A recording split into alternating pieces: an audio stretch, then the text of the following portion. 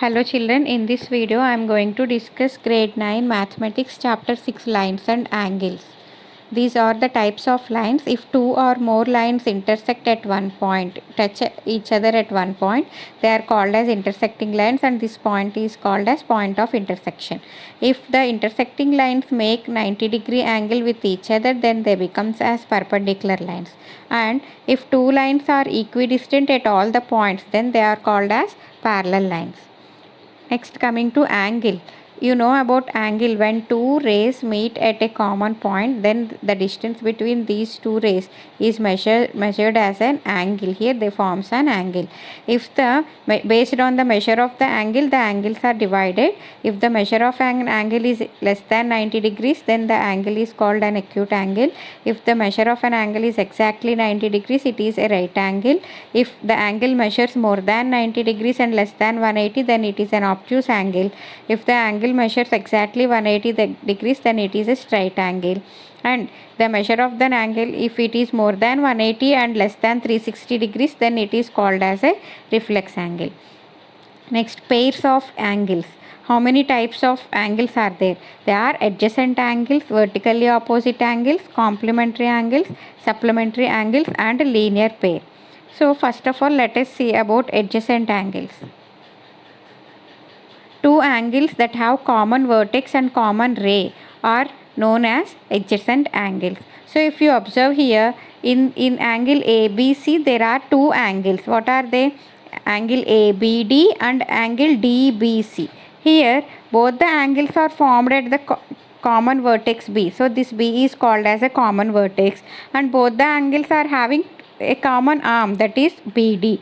So two angles which have a common vertex and common arm are called as adjacent angles. If you observe here, there are two angles, but they are not having any common vertex. First angle is made at B and the second angle is at E, and there is no common arm. So these two angles are not a adjacent angle. So angle ABD is adjacent to angle DBC. So adjacent angles do not overlap each other. So they should they will not overlap on each other. They have to touch each other, but they will not overlap each other. Next, vertically opposite angles. Vertically opposite angles are pairs of angles formed by two lines intersecting at a point. So if two lines intersect at one point, how many angles will be formed? Four angles are formed. 1, 2, 3 and 4. In those four angles, angles which are opposite to each other are called as vertically opposite angles. Angle 1 and 3 are opposite to each other. So this is one pair of vertically opposite angles, and 2 and 4 are the second pair of vertically opposite angles. So if two lines intersect with each other, four angles will be formed and two pairs of vertically opposite angles are formed. So and the vertically opposite angles made by any two lines are always equal. So here four angles are formed.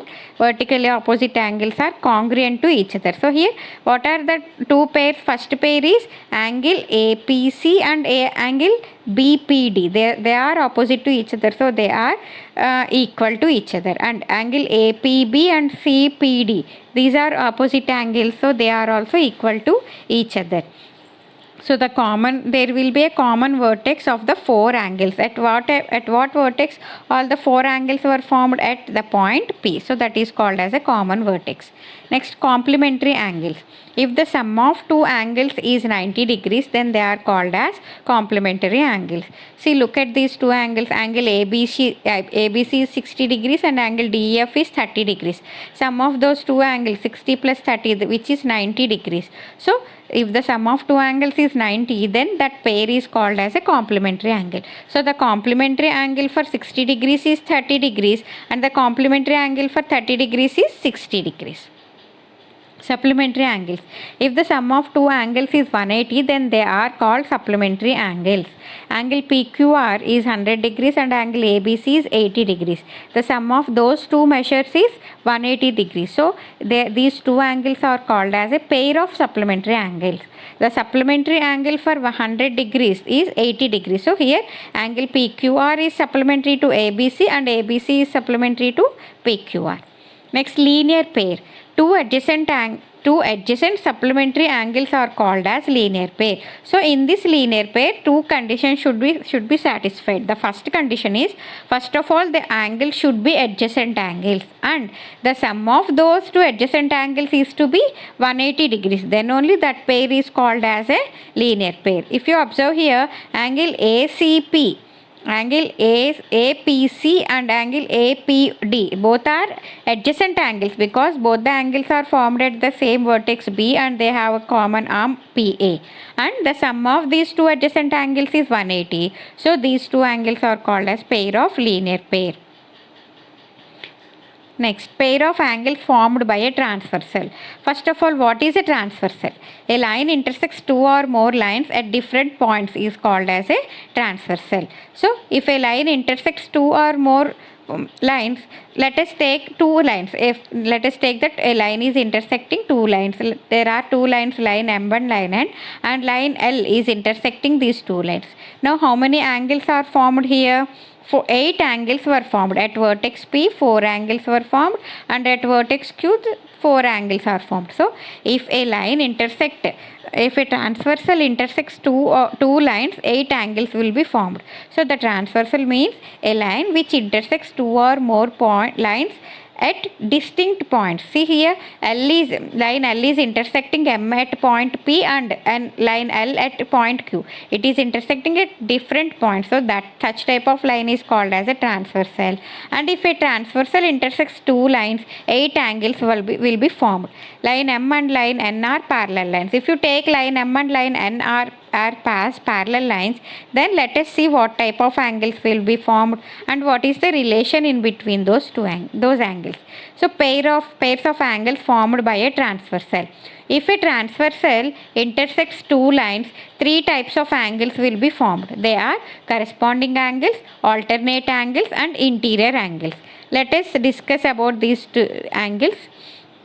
First pair of angles are corresponding angles. So what are corresponding angles?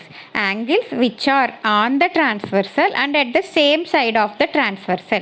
Angles which are on the lines and same side of transversal are called as corresponding angles. So let us see which are corresponding angles here. See here, angle, if you take this angle 1 which is in pink colored, and this angle, angle 5, it is also in pink color. See, if you observe these two angles, both the angles are on the lines and at the right side of transversal. So these are called one pair of corresponding angles. Angle 1 and 5 is a pair of corresponding angles. And if you observe the angles which are in red colored, means angle BPQ and angle EQF, these are below the lines and right side of the transversal. So these two are the another pair of corresponding. These two are also the another pair of corresponding angles. And in the same way, if you come to the left side of the transversal, you can observe two angles which are in green color. Both are on the line and left side of transversal. So this is the third pair of corresponding angles, and which are in blue color, angle APQ and angle DQF. These are below the lines and left side of transversal. So these are the next pair of corresponding angles. So if it transversal intersects two parallel lines or two lines, then 4 pairs of corresponding angles will be formed, and all the 4 pairs of corresponding angles are congruent. Congruent means they are equal to each other. So what are the pairs here? Angle GPB is equals to angle PQE. GPB is equals to PQE, and angle GPA is equals to angle PQD. GPA and PQD, these two angles are equal. In the same way, APQ is equals to DQP. These two angles are equal and these two angles are also equal. So, if two lines are parallel, then the corresponding angles are equal, and it vice versa also. If the corresponding angles made by the transversal are equal, then those two lines will be parallel to each other. The next type of angles are alternate angles. Here in alternate angles are formed on opposite sides of the transversal at different intersecting points. So here you can see alternate. In the name itself you can observe alternate means at the different sides of transversal. In this we have two pairs, interior alternate angles and exterior alternate angles.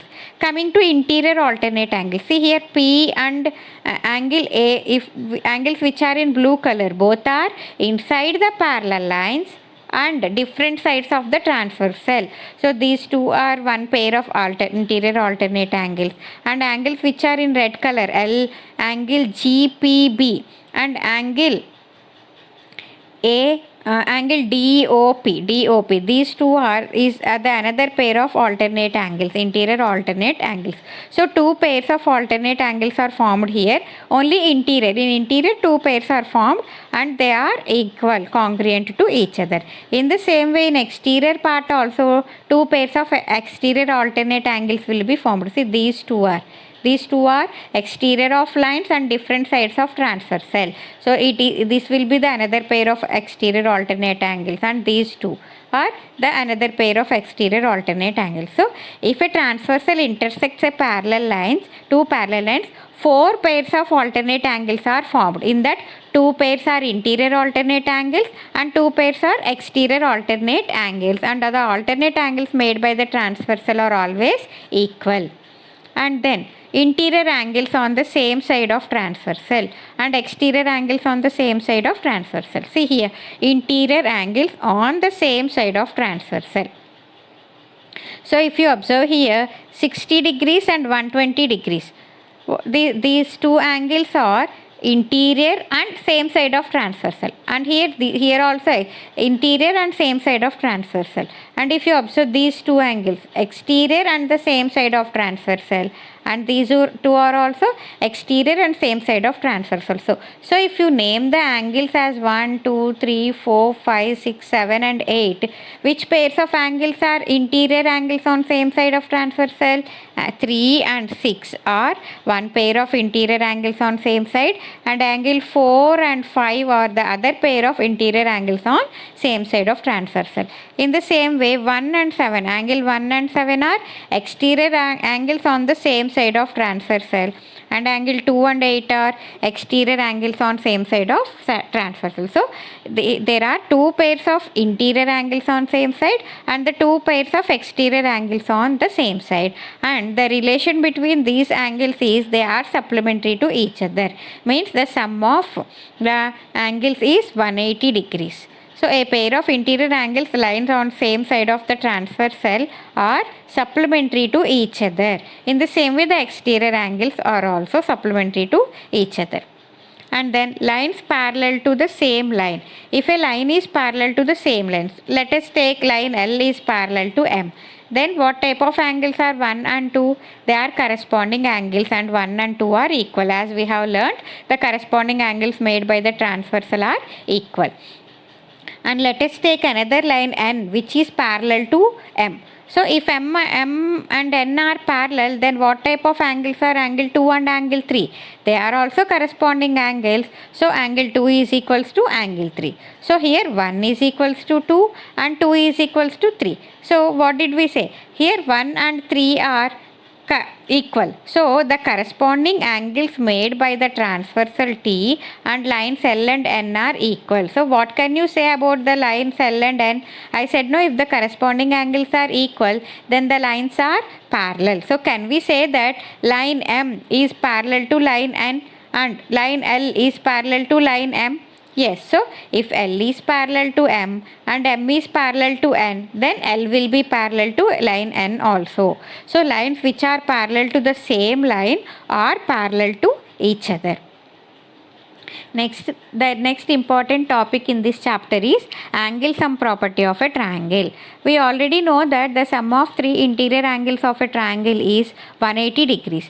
Now let us prove how it is equal to 180 degrees. So for that, we are going to prove that angle sum property of triangles means the sum of three interior angles in a triangle is 180 degrees. That is, angle 1 plus angle 2 plus angle 3 is equals to 180 degrees. So for that, we need to do a construction. Let us draw a parallel line. Let us draw a line XY which is parallel to base QR. So we have to draw this line XY which passes through P and it should be parallel to QR. Okay. Now observe here, line XY is parallel to QR And now can we take this PQ as transversal? Yes, because the line PQ is intersecting XY and QR at two different points. Now tell me what type of angles are angle 4 and angle 2? They are alternate interior angles. Just now we have learned that alternate interior angles made by the transversal are equal. So angle 4 is equals to angle 2. And in the same way, here PR also can be the transversal for these two lines. Then what type of angles are angle 3 and angle 5? They are also alternate interior angles. Here also, as lines XY and QR are parallel, angle 3 and angle 5 are equal to each other, because they are also the pair of alternate interior angles. Now we know that what is the sum of these three angles? Angle 4 plus 1 plus 5, angle 4 plus angle 1 plus angle 5 is 180 degrees, because all the three angles are making a straight angle which is equal to 180. Now we got that angle 4 is equals to 2 and angle 5 is equals to angle 3. So let us substitute these values in first equation. Then instead of angle 4 you can write angle 2. And angle 1 as it is we will write. Instead of angle 5 we can write angle 3. Then angle 1 plus angle 2 plus angle 3 is equals to 180 degrees. Means the sum of three interior angles in a triangle is equals to 180 degrees. This property is called as angle sum property of a triangle. And then exterior angle of a triangle. This is exterior angle theorem. The exterior angle of a triangle is equal to the sum of the two opposite interior angles. So if the one of the side of a triangle is extended, here one angle will be formed. As it is outside the triangle, it is called as exterior angle. So this exterior angle is equals to sum of interior opposite angles A plus B. Angle D is measure of angle D is equals to angle A plus angle T. Let us see how it is. So to prove this, we have to take a triangle ABC and extend BC up to D. Then here the exterior angle ACD is formed. Now we are going to prove that angle ACD is equals to the sum of interior opposite angles. Which are opposite angles here? Angle A and angle B. That is angle BAC and angle BAC plus angle ABC. So to prove that, let us take angle ACB plus angle ACD is equals to 180 degrees. See what is sum of these two angles? It is equal to 180 degrees, because they form a linear pair or a straight line. Now take all the interior angles of a triangle. Just now we have learned the sum of all the interior angles is 180 degrees. So let us take angle A. It can be written as angle BAC. And this angle B, it can be written as angle ABC, plus this angle ACB. The sum of three interior angles is equal to 180. So from these two equations, the RHS part is same. So can we equate the LHS part? Let us equate that. Angle ACB plus angle ACD is equals to angle ABC plus angle ACB plus angle BAC. Here angle ACB and angle ACB are equal, so they will be cancelled. So what is left here? Angle ACD is equals to angle ABC plus BAC. Angle ACD is equals to angle ABC plus angle BAC. So the exterior angle of a triangle is equals to sum of interior opposite angles. So in this way you can prove the exterior angle property. So these are the main concept in this chapter, children. Thank you very much.